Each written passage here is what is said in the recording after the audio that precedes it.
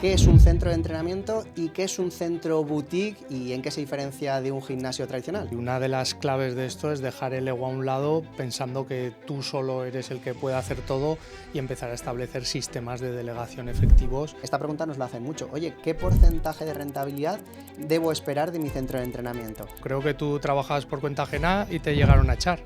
Sí, bueno, claro, porque es que tú cuando hablas con inversores te das cuenta de la simplicidad de cómo piensan. Cuando le cuentas el modelo de negocio, ellos en un minuto, minuto y medio ya entienden si les gusta o no, y sobre todo lo que te analizan es...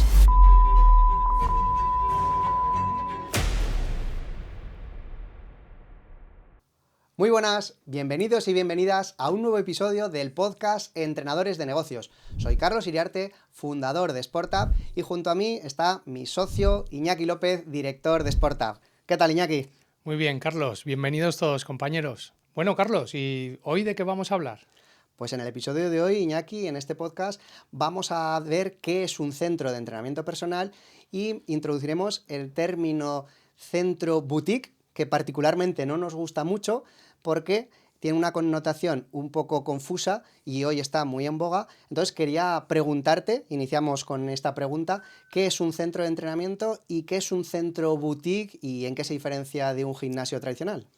Bueno, es un concepto muy interesante que se ha ido introduciendo en el sector y al final no es un término que nos guste porque a mí se me asemeja a un centro de estos que trata más del postureo que del entrenamiento, ¿no? Que hay mucho material, muy bonito, muy bien colocado y al final un centro de entrenamiento, un estudio de entrenamiento personal, que es lo que debería ser, no deja de ser un sitio para cultivar el cuerpo, ¿no? Para trabajar la salud y para desarrollar el ejercicio físico y nuestra profesión como graduados en actividad física y el deporte. O sea que en ese término de centro boutique parece más como una boutique, una tienda, ¿no? Un sitio donde se va a esa parte física y no tanto a la parte de entrenamiento. Claro, el sector o la prensa especializada usó ese término o catalogó a los centros en ese término un poco por diferenciarlos del gimnasio tradicional y se diferenció un poco o se clasificó por tamaño exclusivamente y al final yo creo que es un concepto erróneo y que nos perjudica como profesión. Bueno, esto es una opinión que tenemos nosotros a nivel particular. Seguramente haya gente que le encante hablar de centro boutique. A nosotros nos gusta hablar pues más de centro de entrenamiento como tal, ¿no? Sí, o centro de entrenamiento o estudio de entrenamiento, ya que al final, como esa parte científica que tenemos, ¿no? Que nos gusta, es un tema de estudiar la biomecánica, la fisiología, la ergonomía de cada persona y adecuar o darle un servicio acorde para mejorar su salud. Y esto es un poco para mí como opinión también, pero cuéntanos tú, ya que fuiste el primero que puso un centro de estas características o un estudio de entrenamiento personal como tal en la ciudad de Zaragoza y me atrevería a decir que sería uno de los pioneros en toda España. Bueno, yo creo que aquí igual hay que remontarse a la historia, ¿no? de SportUp y por qué montamos en su momento ese centro de entrenamiento personal. Yo estaba trabajando por cuenta ajena en una instalación deportiva, en un gimnasio, y particularmente a mí no me gustaba mucho ni las actividades dirigidas ni hacer de monitor de sala. Pero claro, en estos gimnasios lo que se busca es esa polivalencia. Yo quería solo centrarme en el entrenamiento personal, que descubrí que me gustaba mucho ayudar a las personas en ese uno a uno, y como tampoco era una persona que era excesivamente rentable ni polivalente para la instalación, yo veía que no era, empezaba a no ser mi sitio. Y bueno, antes de tomar yo esa decisión, pues ellos se anticiparon y me invitaron a salir. Sí, conozco un poco la sensación que dices porque a mí me pasó algo parecido. Cuando empecé a trabajar, también he trabajado en gimnasios comerciales o convencionales y me llegaron a ofrecer una parrilla de actividades de más de 20 horas de actividades en colectivas en las cuales había cosas que eran descabelladas. Salías de una clase de TRX, me tenía que ir a una clase de natación y luego subir a una de spinning.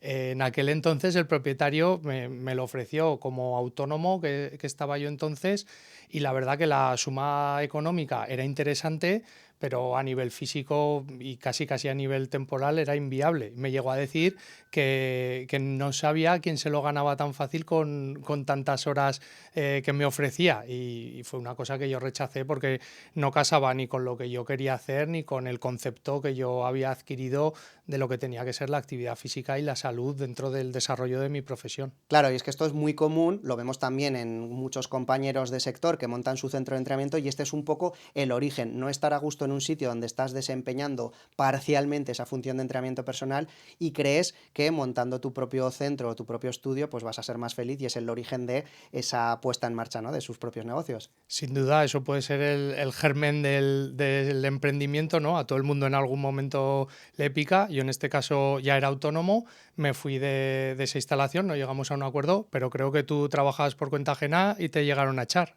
Sí, sí, bueno, al final invitar a salir es una manera un poco más suave de decirlo, pero casi siempre en la vida las cosas pasan por algo y no hay mal que por bien no venga. Yo tenía en mente, me había sacado las certificaciones por aquel entonces de NSCA, el tema americano, y tenía un poco la espinita y las ganas de ir al extranjero y probar suerte.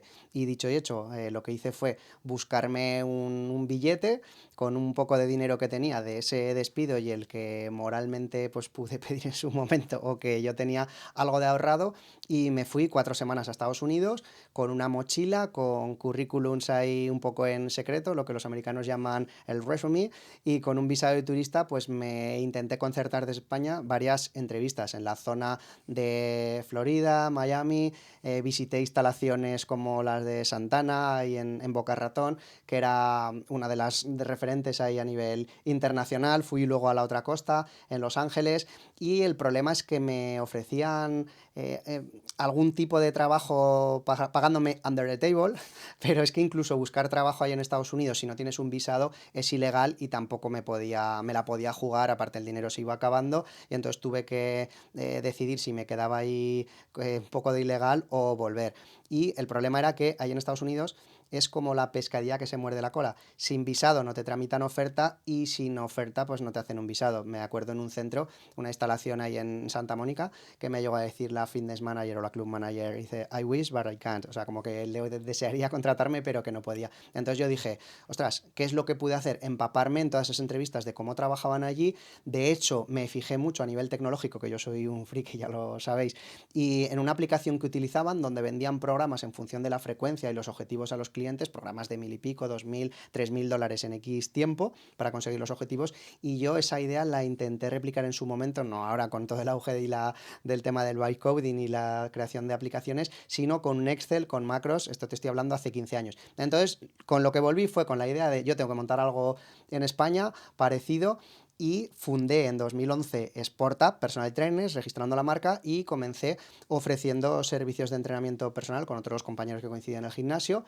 en instalaciones o en centros donde tenían este servicio. También nos encontramos absolutamente de todo, gente que te ponía unas condiciones mejores, otras peores, hasta que salió un local chiquitín en Zaragoza un año y pico después, y en el año 2013, bueno, lo vimos en 2012, pero ya sabes que las obras siempre se retrasan, y pudimos montar el primer estudio de entrenamiento personal de la ciudad de Zaragoza, porque sí que había centros de pilates, pero así específico de centro de entrenamiento personal fue el primero. Y de hecho el nombre, lo que fue después SportUp Parque de los Poetas, la llamamos SportUp Studio, y ese era el concepto de ese estudio más acogedor y demás, y por eso nos gusta más llamarle centro de entrenamiento personal o estudio. Bueno, fíjate, en esas fechas yo todavía estaba en la universidad, o sea, desconociendo totalmente parte desde la profesión y totalmente ajeno a que existía este mundo del entrenamiento personal, ya que fue un concepto que yo fui madurando ya una vez salí de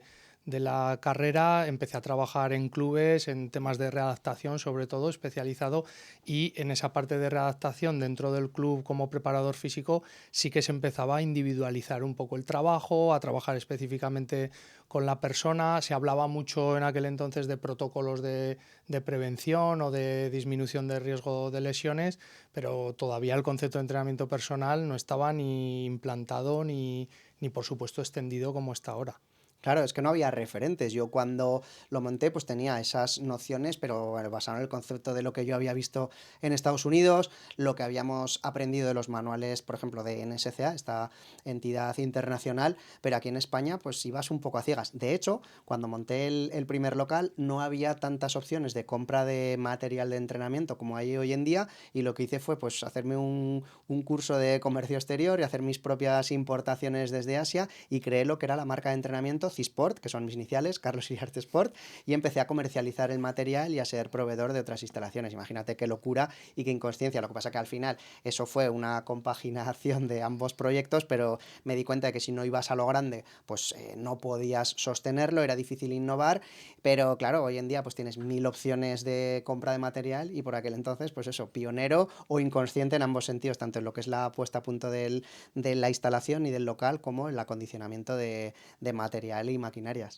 Todavía hay alguna kettlebell en algún Sport Tab de C-Sport y además, al hilo de lo que decías de material y de ir a lo grande, nosotros mismos nos hemos dado cuenta al acudir al mercado y demás que prácticamente lo tiene todo absorbido uno o dos entes mayoristas que son los que copan el mercado. Al final ponen una marca, ponen otra, pero vemos que cuando le falta una marca, un material, también le falta la otra, también le falta el mayorista y es mucha coincidencia que esté agotado en todas las web y en todos los proveedores y también el mayorista lo tenga agotado, con lo cual vemos que efectivamente si no vas a lo grande y juegas al por mayor en esa liga, el tema de hacer tu propio material, ¿no? O desarrollarlo, aunque sea el que tú quieres y sea de calidad, que como digo, después de tantos años todavía conservamos algunos de esos materiales y están a pleno funcionamiento, es difícil competir. Claro, es un limitante. En este caso era el limitante del volumen y de la agilidad de los pagos, porque para comprar a gran escala tenías que pedir financiación en el banco, pero eran líneas de crédito a muy corto plazo. Yo me endeudé por encima de mis posibilidades. Yo creo que este fue uno de los mayores errores que cometí en su momento. Y luego también la pérdida de foco, ¿no? Si queremos centrarnos en un negocio, diversificar, empezar a vender retail de material a otros centros y a otros negocios, la pérdida de foco de Sportup. Entonces, retomando un poco el tema, ¿qué pasó con aquel primer local de Sportup en Parque de los Poetas? Bueno, pues como te digo, con el material, efectivamente, el tema del foco es uno de los mayores limitantes y yo creo que he sido de los mayores dispersos del mundo, porque además cuando empecé con el local, al poco tiempo, también hacíamos servicios a empresas, organizábamos un club de running y surgió la oportunidad de dar clase en la universidad, en el grado de Ciencias de la Actividad Física y el Deporte, en la Universidad de San Jorge, que es de las pocas que tenían ese itinerario específico de fitness y wellness, y comencé dando sistemática del ejercicio, luego programas de entrenamiento personal, materiales y equipamientos y centros wellness, creo que se llamaba la asignatura, y era como aplicar todo el expertise o esa experiencia que teníamos desde el mundo laboral al ámbito universitario. Pero claro, tú ponte en cuenta gestionar el centro de entrenamiento, la tienda online, los servicios a empresas y luego también formaciones que hacíamos, que organizábamos de referentes como NSCA o otras empresas como Elements y además dar clases en la universidad. Fue una auténtica locura. Y empezamos ya con la formación. Por lo tanto, hubo que poner foco. En pandemia cerramos la tienda online, dejé también unas clases unos años después de la universidad. Y el tema del primer estudio de entrenamiento es que era muy chiquitín. Ese concepto estudio está guay, pero tiene, en nuestro caso, un limitante muy grande a nivel de espacio que imposibilitaba hacer un gran volumen de número de sesiones, incluso sesiones a la vez. Y esto lo vemos también muchas veces en alumnos, ese limitante a nivel de dimensiones. Yo recuerdo a Carlos con todos los alumnos de la universidad viniendo a visitar las instalaciones de Virgin Active en Zaragoza, que por aquel entonces era donde yo trabajaba como entrenador personal. Y ahí fue un poco el momento, ¿no?, en el que nosotros nos conocimos y en el momento en el que se gestó un poco el concepto ya más actual, sobre todo a nivel de métricas, espacios y distribuciones en el centro que tú hiciste después de ese de Parque de los Poetas, que es Torre del Agua, el cual sí que seguimos operando y sigue en funcionamiento. Claro, ahí en ese momento yo vi que ese centro era muy chiquitín, que no me permitía hacer más de una sesión a la vez, independientemente de la tipología, que ahora te preguntaré por el limitante que tiene en un centro de entrenamiento, hacer un tipo de servicios u otros, y en ese mismo barrio abrimos Sportap Torre del Agua, y además estábamos gestionando para otras instalaciones deportivas el servicio de entrenamiento personal como franquiciados fuera, pero al final fue incompatible totalmente todo y decidimos poner el foco en el proyecto. Pero a nivel, Iñaki, de limitante, yo he dicho un poco en el volumen y en el espacio, ¿qué podrías decir a nivel de este limitante? Y por otro lado, según la tipología de servicios que tienen otros compañeros que tienen centros de entrenamiento personal, ¿qué condiciona el tener, por ejemplo, servicios individuales o grupos? Bueno, pues en este, por ejemplo, del Parque de los Poetas, el motivo pues, por el que se dejó de operar, aparte que no encajaba con las métricas de franquicia, era un limitante al nivel de los grupos reducidos que hacíamos nosotros entonces de 6 personas. Al pasar al centro nuevo nos dimos cuenta que no solo podíamos hacer el grupo, sino que podíamos escalar realmente haciendo entrenamientos individuales. Ahí entra también el hándicap de la dificultad de escalar un centro de entrenamiento solo haciendo grupos reducidos, porque al final o necesitas mucho espacio, pero es que ya no es solo el espacio del centro, es que necesitas muchísimo material para atender 2 grupos a la vez. Entonces ya entramos en mayor inversión, no solo en local, sino también en material y en el perjuicio de la escalabilidad. Al final, aunque tengamos un local de unas dimensiones mayores y hagamos 2 grupos a la vez y tengamos disponible todo el material, nos estamos limitando a esas 2 personas, a esos 2 trabajadores por turno. Si queremos dar unas condiciones a esas personas que van a integrar el equipo y demás, es como un cuello de botella que estamos generando nosotros con el propio servicio y que además vemos cómo sucede esto en diferentes centros, ya que el sector se ha animado hacia ese modelo de grupos, quizás con el atractivo de la rentabilidad que da por encima del individual, ya que es un entrenador para mucha gente que paga menos precio, más facilidad de venta. Son muchos conceptos que pueden parecer más atrayentes que hacer entrenamientos individualizados personales de uno a uno. Yo creo que este tema es súper interesante y creo que si te parece bien lo vamos a abordar en profundidad en un podcast porque da para mucho, hay muchísimos matices, pero la conclusión a la que nosotros llegamos era que con un crecimiento únicamente de grupos tenías un limitante, sobre todo en horas valle, a lo mejor en horas por la tarde, horas más demandadas, no tendrías problemas si tuvieras espacio y material de duplicar, triplicar o cuadruplicar entre las 5 y las 8 de la tarde, pero por ejemplo hay horas valle en la que cuesta mucho. Por lo tanto, nosotros consideramos que el equilibrio o ese posible crecimiento de escalabilidad de un único centro tenía que estar basado por un lado en grupos reducidos, pero por otro lado en servicios individuales y de pareja. Y luego el sacrificio del concepto también, porque al final cuando estamos hablando en esa época más o menos era también el auge de todo el tema funcional, del CrossFit y demás, entonces había que diferenciar también un poco con el concepto que hemos abierto este episodio entre gimnasio comercial convencional, esos gimnasios de CrossFit que al final también eran de clases de bastantes personas, con el concepto que nosotros estábamos explorando, que era el de estudio de entrenamiento personal individualizado, más familiar, más reducido, más acogedor, más personal al final. Ahora que nombras eso, me viene a la cabeza los primeros vinilos que puse yo en el cristal y recuerdo que ponía clases TRX, kettlebells, pilates, yoga, que luego era curioso porque había una compañera que me ayudaba con el pilates y el yoga y yo no imparto pilates y yoga y era como, ostras, me estoy creando aquí una dificultad o un contratiempo y una dependencia grande de una persona concreta. Y luego creo que nunca llegué a hacer clases específicas de pilates, o sea, de kettlebells o de yoga, sino que al final iba haciendo más a modo circuito, con el poco material que tenía, que esa es otra. Ahora, por ejemplo, nosotros mismos hemos escuchado en compañeros o en empleados que se quejan de que tienen material insuficiente. Digo, ostras, tenías que haber visto cuánto material tenía yo en esa sala diáfana y además esto lo hemos hablado alguna vez. Un buen entrenador no necesitaría un gran despliegue ni de material ni de espacio. Y cómo se apañaban cosas que veías igual en vídeos americanos, ¿no? En aquel entonces, o en vídeos de empresas promocionales de esos materiales y que eran inaccesibles por la dificultad que tenía incluso la importación o traerlos aquí a España en aquel entonces. Claro, pero la frase que te he dicho también de un buen entrenador que tiene recursos, que tiene formación, que sabe adaptarse, que tiene conocimientos a nivel de anatomía, de biomecánica, de sistemática del ejercicio y que tiene esa mente más analítica, no necesita un gran despliegue de medios. Sin embargo, el que este entrenador, con todo el concepto que había de entrenamiento funcional, que montaba más circo y era más un entretenedor que un entrenador, ahí se veía bastante la diferencia, ¿no?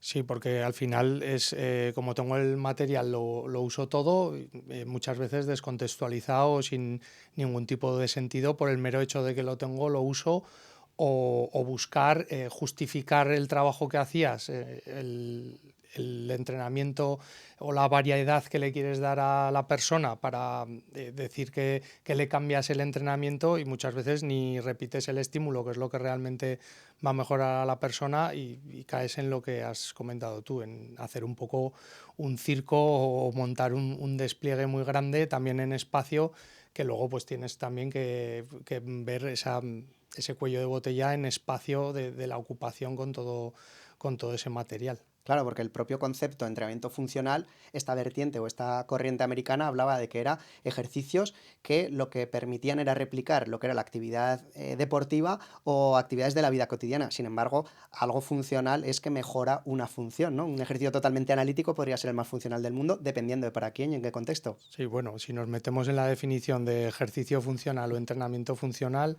yo he leído infinitas prácticamente y cada uno tiene un poco su concepto, pero yo de todo lo que he oído me he quedado en un resumen de que entrenamiento funcional es el que le funciona a la persona para el objetivo que tiene o el que le ayuda a acercarse más a la salud, al rendimiento, a la adherencia. Entonces, a cada persona el concepto puede fluctuar de lo que es funcional o no. Lo que está claro es que no es replicar gestos deportivos y tampoco es montar un circo de material, ni tiene que ser ese concepto inicial que se tuvo de que tiene que ser el ejercicio que me sirva para trepar a un árbol, ¿no? Bueno, pues por lo tanto, si quisiéramos volver al origen de la conversación de qué es un centro de entrenamiento, que no es un centro boutique o un centro de entrenamiento funcional, o sea, un centro de entrenamiento personal, ¿qué debería ser? Pues debería ser funcional, como estamos hablando, debería servir para lo que se ha creado, que es para ayudar a las personas a que se acerquen más a su salud, a que se acerquen más a su condición física óptima, a solucionar problemas biomecánicos o ayudarles a readaptarse a su vida cotidiana o a su deporte de alguna lesión que hayan tenido. Eso debería ser un estudio de entrenamiento personal o un centro de entrenamiento, ayudar a las personas a través del ejercicio a mejorar su calidad de vida. Bueno, hemos profundizado en el concepto, Carlos, pero metiéndonos en harina, ¿qué hay del negocio? ¿Cuáles son las rentabilidades que podemos esperar de este tipo de modelo de centros de entrenamiento? Bueno, pues cuando una persona abre su propio centro, normalmente lo hace por varios motivos. Uno es por la ilusión de ser su propio jefe y tener ese negocio. Por otro lado, es esa parte de autorrealización, de poder ayudar a otras personas a mejorar su salud y calidad de vida, que esto es muy gratificante. Y la otra por ganar dinero. Lo que pasa que en este caso uno de los errores principales que cometen los propietarios de cualquier negocio es que no tienen un sueldo. Y esto es un problema porque cuando tú quieres hablar de rentabilidad, si no tienes un sueldo, pues ahí puedes estar desviando las métricas. Sí, lo vemos y es común cuando son conceptos de autoempleo. La gente o se pone o no se pone salario directamente y entonces ve todo lo que entra en el centro y cree que todo eso es suyo, ¿no? Es su salario y no diferencia entre lo que es el trabajo que ejecuta él y lo que es la rentabilidad del propio negocio. Y cometen dos errores principales que tenemos identificados: o no ponerse directamente salario, o ponerse salario y que sea demasiado bajo, con lo cual estamos falseando la rentabilidad de lo que es el negocio y si queremos replicar o escalar nos puede crear dificultades, o ponerse un salario tan alto que creen que el negocio no es rentable y es porque ellos mismos están absorbiendo, ¿no?, esa parte de beneficio del negocio. Entonces, ambos casos a largo plazo pueden traer unos problemas tremendos, sobre todo cuando hablamos de escalar o si el día de mañana ese autoempleo lo queremos convertir en una empresa, en un negocio y queremos salirnos de la operativa, escalar, contratar más gente, replicar, etcétera. Entonces, por profundizar un poco más, ¿qué crees tú que ese concepto de autoempleo, cómo hay que manejarlo? Y luego entra también el concepto de inversor, ¿no? En el que no, quizás no soy ni siquiera profesional, ¿no?, del sector, pero me parece una inversión interesante para entrar. Claro, es que creo que lo has definido muy bien. El tema de los gastos deben estar muy bien estructurados y en nuestro sector, en este caso concreto de los centros de entrenamiento personal, vemos que hay muchos propietarios que entran o que reciben pagos en efectivo, que directamente no son SL, son autónomos y lo que hacen es separarse a otra cuenta del banco un dinero cada mes como si fuera un salario, pero si no les llega vuelven a tirar de estos y en realidad Hacienda no determina un concepto nómina, todo va al mismo cajón del beneficio y por lo tanto vas a IRPF. Entonces, por un lado, deberíamos establecer cuál es ese salario que tiene que recibir el ejecutor de ese trabajo, que en este caso tú, si eres un autoempleo y eres el propio director del centro, tendrías que ponerte una nómina o un dinero que sería el equivalente al que le pagarías a otra persona si fuera quien realizase ese trabajo. Y que fuese en bruto, ya que para no llevarte sorpresas si luego tú quieres pagar a alguien para que desarrolle ese trabajo que estás haciendo tú. Exacto, el concepto sería el coste de empresa que supondría tener a otra persona contratada para realizar ese trabajo. Por lo tanto, si nosotros tenemos desglosados todos los gastos, hablamos de rentabilidad, diferenciaríamos, por un lado, a nivel de dinero, la cantidad absoluta en euros, que esto es muy relativo dependiendo del tipo de negocio, pero por hacer una comparación con centros similares a los nuestros o de otros compañeros, otros alumnos con los que hemos trabajado, en función de la inversión que tengas, pues se puede esperar una rentabilidad de 30.000, 50.000, 80.000, 100.000. Esto es muy relativo y también depende del momento y la parte operativa, porque tú cuando montas un negocio tienes unos costes de apertura, el CAPEX, pero luego la parte operativa, el OPEX, que se conoce así terminológicamente, es lo que tiene que determinarte que una vez cubiertos todos los gastos, la diferencia entre los ingresos y gastos, ese EBITDA o ese EBIT, tendría que estar pues a lo mejor en 30, 50, 60.000. Yo mentalmente muchos propietarios lo establecen entre 40 y 60.000. Quizá 50.000 sería una cifra bastante buena para un centro que ya está rodando, es decir, tener tu salario como director, si es un caso de un autoempleo, y tener pues un salario, no sé, dependiendo si comparamos con otros puestos similares de fitness manager o club manager de otra instalación deportiva, pues 24, 28, 30, 35.000, depende ya de cada uno, lo que quiera establecerse y lo que pagaría otra persona si hiciera ese trabajo, incluso si luego le pagase bonus, que a lo mejor si eres tú, pues no te estableces bonus, te lo pones como en ese salario. Pero si hablamos de porcentaje, también es muy relativo, porque la gente, esta pregunta nos lo hacen mucho. Oye, ¿qué porcentaje de rentabilidad debo esperar de mi centro de entrenamiento? Y yo te digo, ¿cuánto esperas? ¿Cuánto quieres ganar al año? Y vamos a la cantidad absoluta en dinero. Y a la comparación con otros modelos de negocio o con otro tipo de inversiones para ser realistas. Totalmente, porque yo si te pregunto, Iñaki, ¿tú qué prefieres? ¿Tener un 50% de 30.000 euros, que serían 15.000, o tener un 10% de 1 millón de euros de los La ingresos? respuesta es más que evidente. Por eso, entonces, si vamos a rentabilidades, un centro de entrenamiento personal podría generar en torno a un 20, 30, 35% de rentabilidad si se gestiona correctamente. Y luego también centrarnos en que estamos hablando de centro de entrenamiento personal. No estamos metiendo otros modelos en los que tienen servicios combinados o servicios externos o tienen algo de venta retail o incluso este concepto que se está promoviendo ahora de meter como una cafetería o algo de hostelería o incluso suplementación, ¿no? Nutrición deportiva o no deportiva. Ya aquí está cabiendo todo, ¿no? Sí, yo he dado datos de lo que podría ser simplemente ese sector servicios, los servicios de entrenamiento personal a nivel individual, parejas o grupos reducidos, sin meter otros servicios paralelos o algo bastante similar, pero que pudiéramos tener ese porcentaje a nivel de EBITDA de en torno a un 25% podría ser atractivo.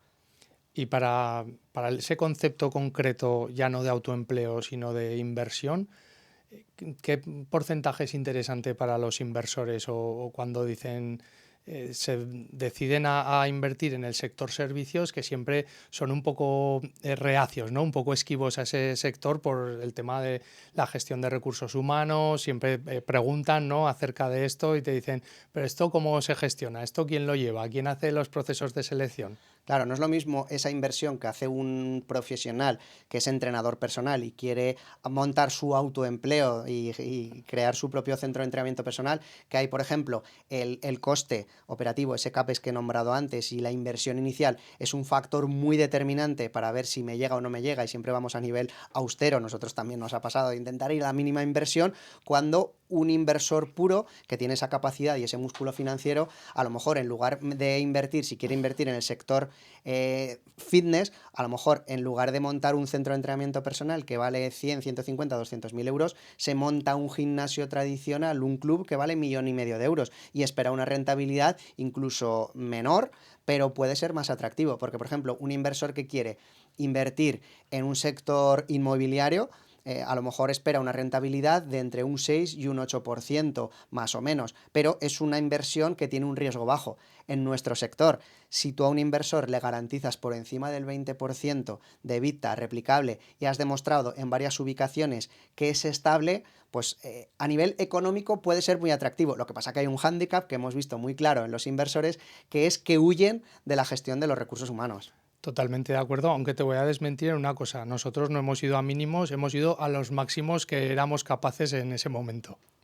Sí, sí, pero yo lo que te comento también es que un inversor no mira tanto cuánto me va a costar, porque las cosas, una de las cosas que nosotros hemos aprendido es que valen lo que valen. Es decir, si tú montas un negocio, el negocio tiene que estar bien definido, bien estructurado y sobre todo que no haya sorpresas. Porque claro, si empezamos ya con la obra, las demoras en los plazos, los alquileres, que si me lo hace mi primo, que si yo conozco a un cuñado, que lo que sea, al final un inversor quiere montarlo, que sepa de antemano cuánto le va a costar más o menos, aunque el coste de la obra es lo que va a variar un poquito más esa inversión inicial, pero la maquinaria debería ser conocida, el material también, los costes operativos iniciales también, los costes en esa campaña de preapertura, si hablamos de franquicia, que hablaremos otro día más largo y tendido, los conceptos que tienen de canon, de royalties y demás, pero en un centro de entrenamiento tenemos que intentar reducir esa incertidumbre y la mayor incertidumbre que perciben los inversores en este sector servicios es que se preguntan si ellos van a ser capaces, si en otra ciudad va a ser posible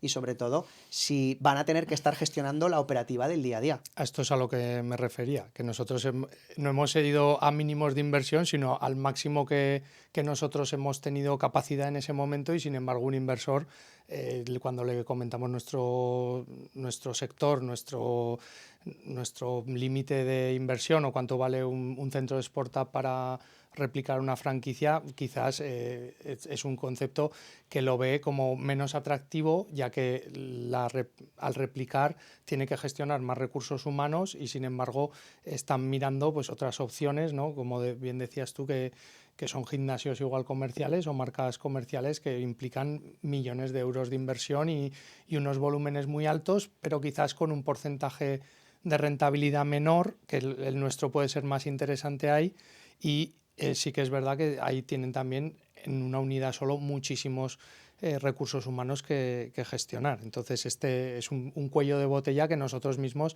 estamos intentando solucionar, pues listando todas las tareas, repartiendo todos los departamentos, haciendo nuestro plan de carrera, ¿no? Todo lo que hemos ido desarrollando para solventar las dudas o las preguntas que nos han volcado este tipo de personas que se dedican a la inversión. Claro, porque es que tú cuando hablas con inversores y tienes conversaciones con ellos, te das cuenta de la simplicidad de cómo piensan. Nosotros cuando le cuentas el modelo de negocio, ellos en un minuto, minuto y medio ya entienden si les gusta o no, si hay expertise detrás, si los fundadores han estado en el barro y sobre todo lo que te analizan es los unit economics, las métricas. Es decir, este negocio es rentable, cuánto vale montar una unidad, qué rentabilidad espero y qué datos tienes a nivel histórico, incluso qué escenarios manejas desde el más pesimista hasta el más optimista. Además, pues valoran también el tiempo de retorno de la inversión, luego también si es replicable o es escalable y además también valoran otro tipo de conceptos. En esa presentación nosotros hemos ido cambiando ese deck para inversores porque nosotros le contábamos lo maravilloso que era nuestro modelo de negocio, pero al final es sota, caballo, rey y súper simple. Al final es qué problema hay en el mercado, cómo de grande es, cómo de bueno eres solucionando y por qué eres diferente a los demás. Me presentas los números y con esto, si es atractivo y encajamos en valores, pues el franquiciado, en este caso un inversor, es el que decide apostar por este modelo o no. pero siempre las mismas preguntas que nos hacen y las objeciones son las mismas. ¿Yo voy a ser capaz de gestionarlo? ¿Me vas a poner tú a los empleados? ¿Cómo de presente estás tú en tus unidades? ¿Cómo de fácil es replicar en otra ciudad en la que, en nuestro caso, de momento no hemos salido? Pero claro, con los alumnos también tenemos esta referencia de decir, joder, si es que sabemos los diferentes mercados a nivel nacional y vamos, yo creo que estamos a punto de hacer esa expansión a nivel nacional. Esperemos que sea pronto y yo creo que hemos sentado durante todos estos años las bases haciendo todas estas metodologías de empresa, resolviendo todas estas dudas, todos estos cuellos de botella y creo que estamos muy cerca, ya rozando, ¿no? Todas esas conversaciones que hemos tenido. Muchas veces ya no es problema de que no crean o que vaya a funcionar el negocio y demás, sino un problema de timing o de encontrarnos, ¿no?, en el momento preciso y en el lugar adecuado para hacer ese match. Claro, y esto estamos hablando de nuestro caso particular, que ya llevamos un tiempo que los centros propios están operando como franquicias, pues con su director, sus recursos humanos, sus procesos, su sistema de trabajo y obteniendo una replicabilidad independientemente de la ubicación. Pero claro, si lo queremos aterrizar a los entrenadores personales o propietarios de un centro o de un negocio que nos estén viendo, ¿cómo pueden hacer para que su negocio pueda crecer, ya sea montando una unidad adicional, montando un segundo centro o incluso franquicias o que pudieran entrar inversores que a veces nos dicen los propios compañeros que hay algún cliente que le pone el dinero, que está esa posibilidad de invertir y ya sabemos la dificultad que tiene ese modelo de franquicia. ¿Pero qué tienen que hacer?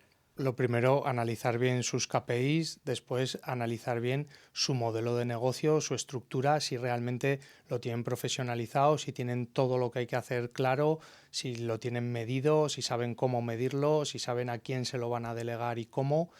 Todos esos procesos y esas metodologías de empresa que son lo que nosotros promovemos o por lo que nosotros abogamos, que es gestionar el centro desde un prisma de negocio, de empresa y profesionalizar los centros de entrenamiento pasando de ese autoempleo o de ese centro en el que montaste con ilusión y con conocimiento técnico a una gestión integral en un modelo en el que tú eres no solo empleado, sino que tú eres el CEO o el director, el que dirige el negocio y el que lo lleva hacia donde realmente quieres llevarlo. Vamos, que ese es el reto mayor que tienen todos los propietarios, es decir, profesionalizar su negocio y reducir la dependencia de uno mismo, es decir, que no dependa de ninguna persona en particular, ni siquiera del propietario. Y esto es lo que permite pasar de un autoempleo a ser director de un negocio y lo que te permite luego estar en disposición de crecer, de escalar y de explorar otras vías empresariales. Sin duda, y una de las claves de esto es dejar el ego a un lado pensando que tú solo eres el que puede hacer todo y empezar a establecer sistemas de delegación efectivos que hagan que esos empleados, que esos colaboradores realmente se empoderen, ¿no? Está muy de moda esa palabra siempre ahora, que se empoderen y sepan que pueden hacer cosas, incluso descubrir. Esa es tu misión, ¿no? Descubrir la habilidad oculta que tienes ahí colaborador, cómo pueden mejorarte a ti mismo y rodearte de gente que sea mejor en diferentes áreas que tú y tú dedicarte a coordinar todas esas áreas. Bueno, pues yo creo que nuestra obligación, desde que empezamos con SportUp allá por el año 2011, hace 15 años, y luego ese primer centro de entrenamiento personal, y en este recorrido que hemos experimentado, creo que en este podcast, Iñaki, debemos compartir con todas las personas que nos están escuchando, pues todos nuestros errores, aprendizajes, y a ver si les podemos ayudar. Sin duda, eso es lo que haremos en sucesivos episodios. Sois todos bienvenidos, como en este. Creo que ha salido un episodio muy interesante. Y Carlos, ¿dónde nos pueden encontrar para ver el resto de episodios? Pues si queréis seguirnos y no perderos nada de todo lo que es la gestión del día a día de los centros de entrenamiento personal, el mundo de la empresa y las franquicias, podéis seguir este podcast Entrenadores de Negocios en las diferentes plataformas como YouTube, Spotify, Instagram y TikTok. Así que esperamos que os haya gustado y os haya ayudado y nos vemos en el siguiente episodio de Entrenadores de Negocios. ¡Hasta luego!